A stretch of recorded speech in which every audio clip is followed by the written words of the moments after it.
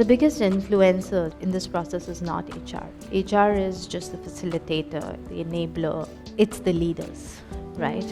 They have the most important role to play. So that brings me to the point on what's the future of HR. The future of HR is not to lead for people or not to manage people. It's to teach leaders, it's to enable them to lead through data, through technology, through advice, through expertise. Use these to enable your leaders to lead.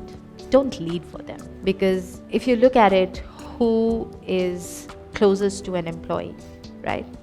Their proximity is highest with their leaders, their managers, and they influence their experience of the workplace the most, right? How they have performance conversations with them, how they onboard their employees, how they treat their employees in general. HR's role is to present data, to provide data to leaders, to show them, right, or to nudge them in order to lead, to get them to lead well, to really craft out the culture code for the organization, but not try to drive it all alone.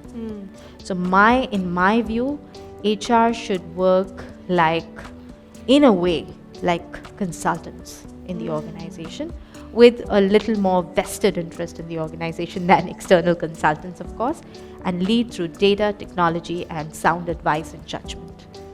That, I feel, is the role of HR. I can't echo the voice of HR, given the nature of what I do. I look at things from the outside. I don't like using the word HR. Let me just say people,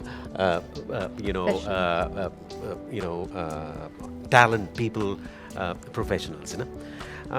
Largely, HR tends to play, and continues to play even in very large organizations.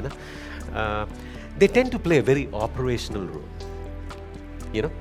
Not because they necessarily want to.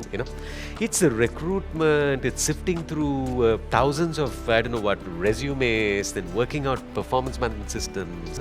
So one tends to get bogged down in operations.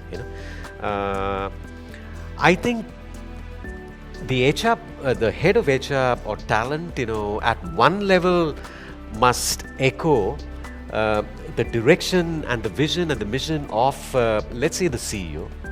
But at another level, they need to echo the voice of the people. I was reading something shocking.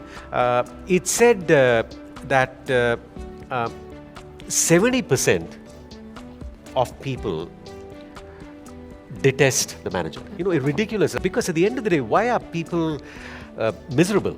Right? 70% is terrible. It's staggering, right? It's because they don't feel heard.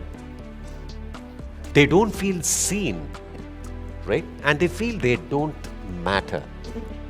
So I think HR, the talent professionals, the people professionals, have a very big responsibility to groom managers, because most managers are promoted because of their technical skills. Correct. They don't have this emotional intelligence. Yes.